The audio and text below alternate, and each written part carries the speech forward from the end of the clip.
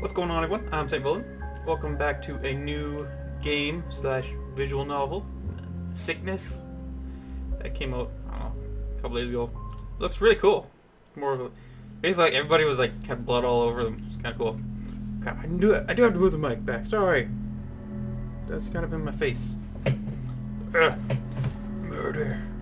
One of the most heinous crimes a person can commit.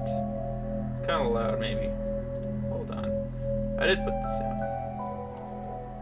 Alright. Can we just... There we go. What? The act of taking another human being's life. The act of robbing a person of their already limited time on this planet. It is a fear-inducing crime which anybody can commit. Every housewife, every student, every police officer is a potential killer. It's a crime that doesn't discriminate by blood or circumstance. It is a crime which can be committed by and make victims of just about anyone. What? Oh fuck, I just screwed that up. Shit. Everybody remains both a potential killer and victim, blissfully ignorant of the fact that they could be next, assuring themselves that it could never happen to them. Oh, that's sad. Oh, he's dead. And so, as a result of that naivete, those very people never seen coming.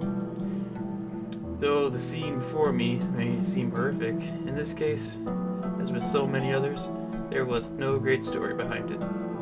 There was no build-up, no resentment between the victim and myself, no mutual hatred that gave us reason to fight.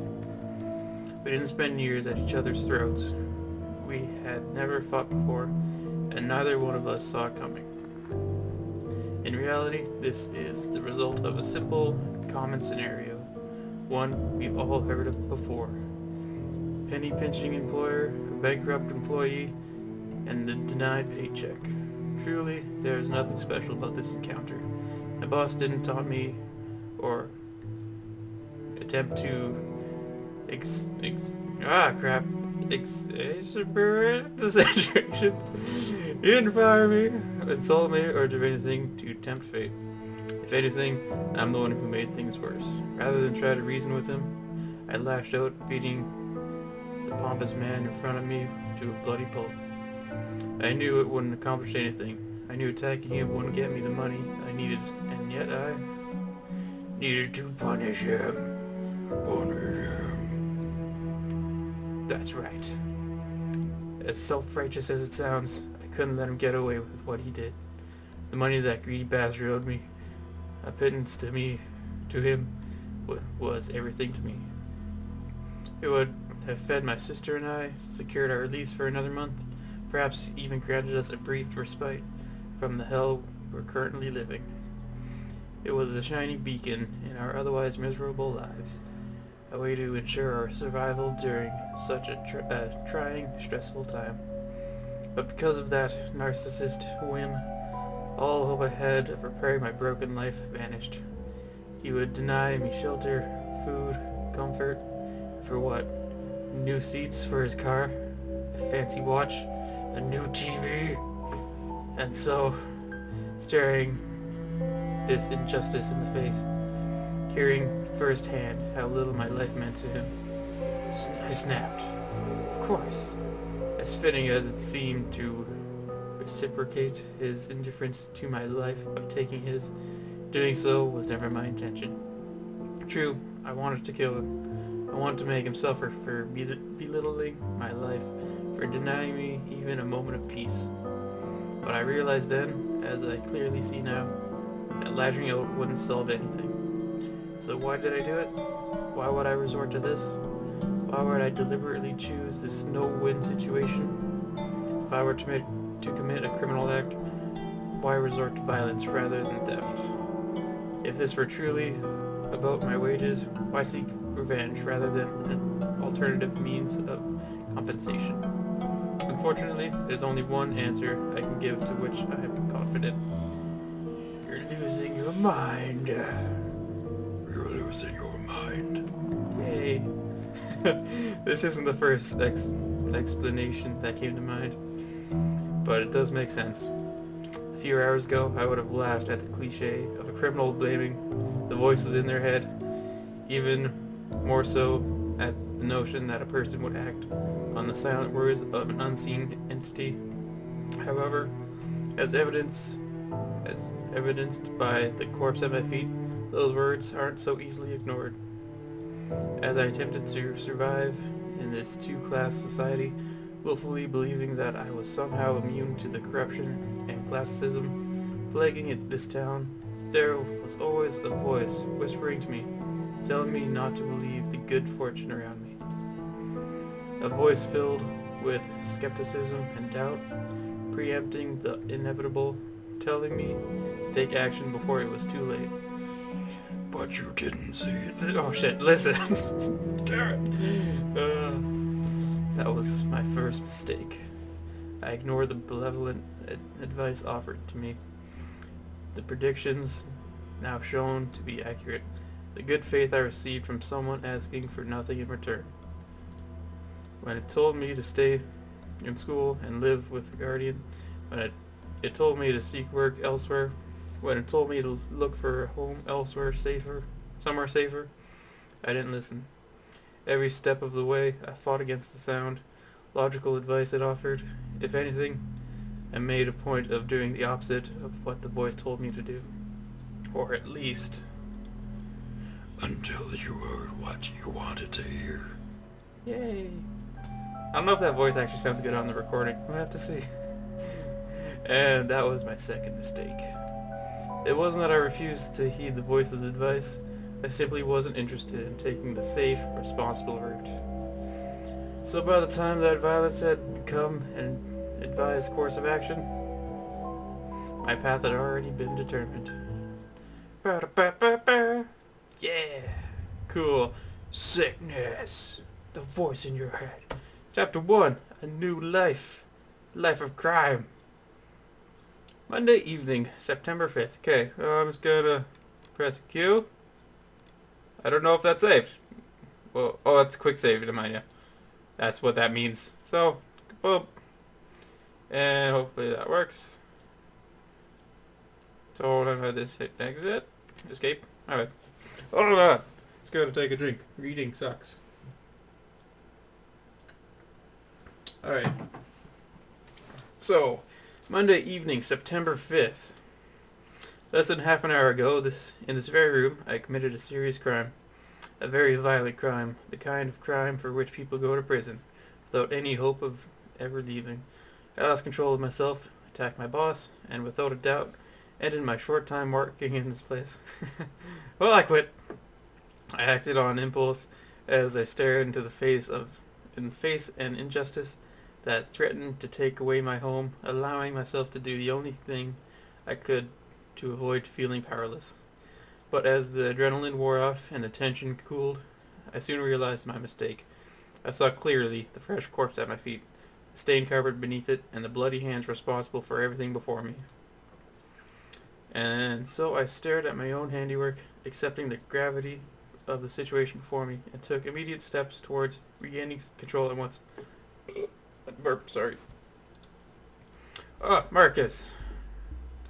Okay, Marcus' voice. When you called me here, I figured you needed my help with something not strictly legal, but this?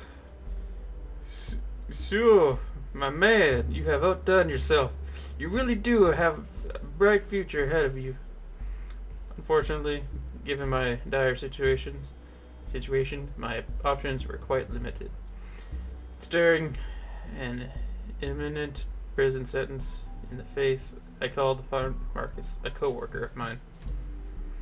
Contrary to his crappy job, and lean figure, Marcus is a man of many trades, several of which aren't entirely legal. Since the moment I began working here, Marcus has been open about his criminal dealings, more than once hinting that he could help me, or vice versa. And now that things come to this, the time for him to make good on his promise. Wait, less talking, more lifting. I'm here to help you two out, not take care of everything myself. The second Marcus saw our boss in his current state, he understood the situation. Without asking a single question, he promised to help me out of my predicament, thereafter calling a man who I never met before. And surely enough, upon seeing our boss's corpse, the stranger smiled to himself and grabbed Mr. Mudo's legs, dragging his body into the doorway before requesting assistance. Don't be like that. Surely a big, strong man like you could lift that weedy piece of shit by yourself. I already forgot the Marcus voice. And get this poor sap's blood all over me in the process. Alright, give me a hand or do this yourself. Marcus and his acquaintance carried my boss's corpse into the stranger's van, which was parked just outside of Mudo's office. Thanks to the proximity of my boss's office, nobody heard our scuffle over the machinery used within the warehouse, and Marcus's acquaintance was able to block visibility and access to the office with his vehicle. Even so, despite knowing how fortunate my circumstances were, I couldn't help but feel anxious. Whether these two successfully covered up Mudo's death or not, there's no way it can end well. All it would take is one witness or a slip of the tongue, and I could wind up in prison. And even if I do get away with this, then what? Will I be indebted to Marcus forever? Will he ask for something extreme in return for his silence? No matter what scenario I envision, it couldn't bode well for me. Phew, that bastard's heavier than he looks. Tell me about it. I thought my corpse handling days were long over. His corpse handling days? This guy sounds like the right person for the job, but just who is he? Anyway, I'll handle the disposal. You two clean up in here, alright? You're the boss, Andre. Just leave the rest to us. After all, that'll give us time to talk about repayment. Sex. And there it is. It's not unreasonable for Marcus to expect something in return. I called on him knowing full well that I'd need to repay the favor. Even so, thinking about how he'd expect me to repay something like this, well, that's us. What do you have in mind exactly? Oh, nothing big, at least. Not for someone like you.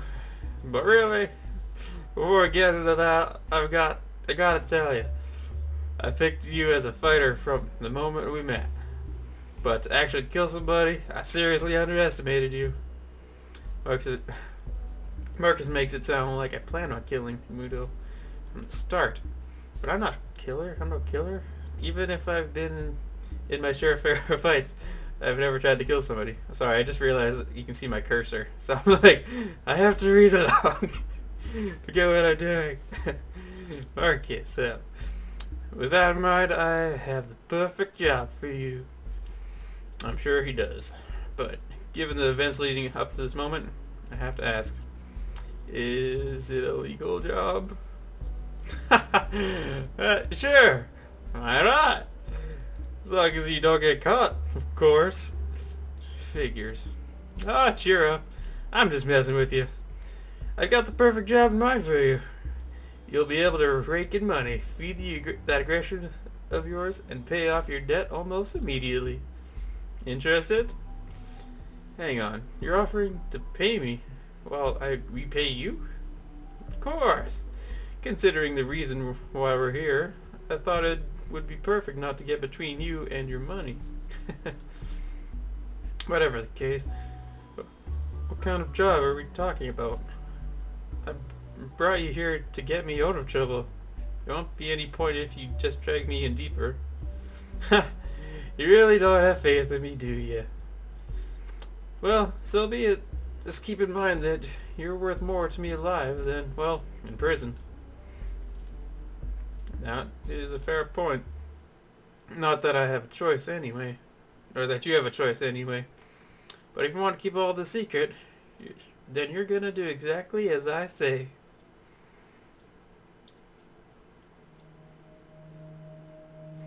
Richmond. A town riddled with crime and corruption.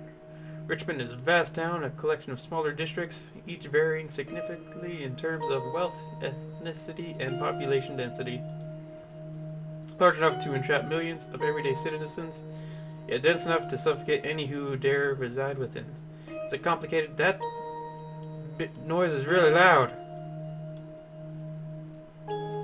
It's still loud. Whatever. But even those living within this walls. I feel like I turned the sound down, but that didn't do anything. Whatever. Deal with it. Quick save.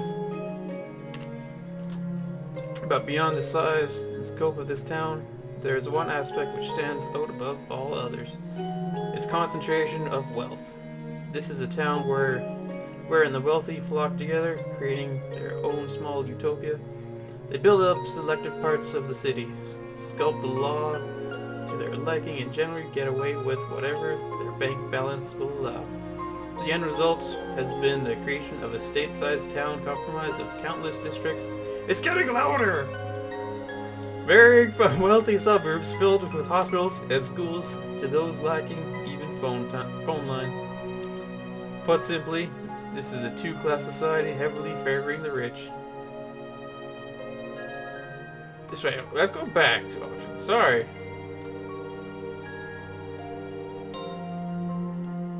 Oh, it's music! I'm bad. Sorry about that. As someone living with several while working among the poor, I'm fairly familiar with both sides of the city. Thanks to those who cling to every cent, labor can be commissioned for next to nothing, making Richmond a surprisingly cheap place to live. Public transport is constant, resources are plentiful, infrastructure is abundant, and the town keeps growing. For those with the money to support themselves, this isn't a bad place to live. On the other hand, with so much competition for work, most residents have no choice but to accept whatever work they can, and slave away for as little as necessary. Slave wages are standard practice. Workplace safety laws don't apply, and it's every man for himself. For anyone without a white-collar job, this town is hell. And with mere weeks left on our lease, it won't be long before my sister and I experience that hell for ourselves. Of course, looking back over our lives until this point, I can't really complain. Before our parents passed away, Sarah and I lived sheltered, easy lives, never worrying for a second about housework or finances. We lived good lives in a safe neighborhood. We attended an adequate school, ate healthily, and were never far away from medical help. So now, even with all that being stripped away, we're still better off than most others in our situation. Or at least, we would be, if we hadn't just single-handedly destroyed our new lives. No matter what excuse I give, whether I blame my boss's penny pinching, or the foreign anger I felt surging through my body, or merely a desperate need for cash, it doesn't change the fact that I killed a man. Even so, I don't feel guilty. I barely even regret the loss of life. If anything, it was the most fun I've had in months. A single moment of pure bliss, taking me away from the harsh reality of my new life. Yeah, we're insane. Rather than eating away at me now is an imminent aftermath.